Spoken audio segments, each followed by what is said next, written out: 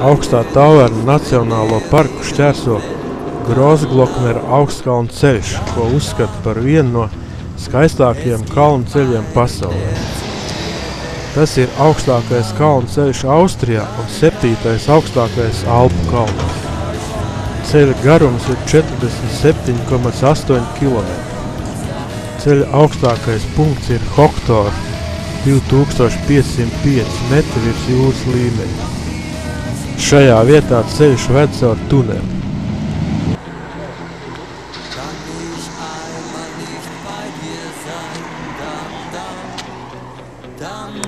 Ceļa posma augstuma starpība ir 1,5 km.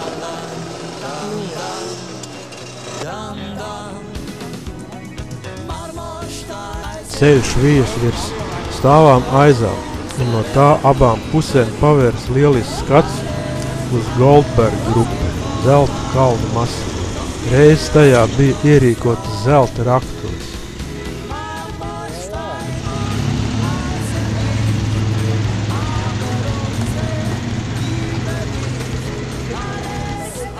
Austrijas augstākās smailes Grossglocknera skaistā apkārtne ir nacionālā parka teritorija.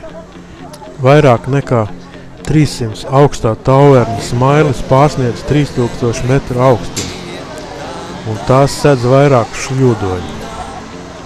Visu nacionālā parka teritoriju aizsargā likums, un turisti tiek lūgti staigāt tikai pa iezīmētām takām.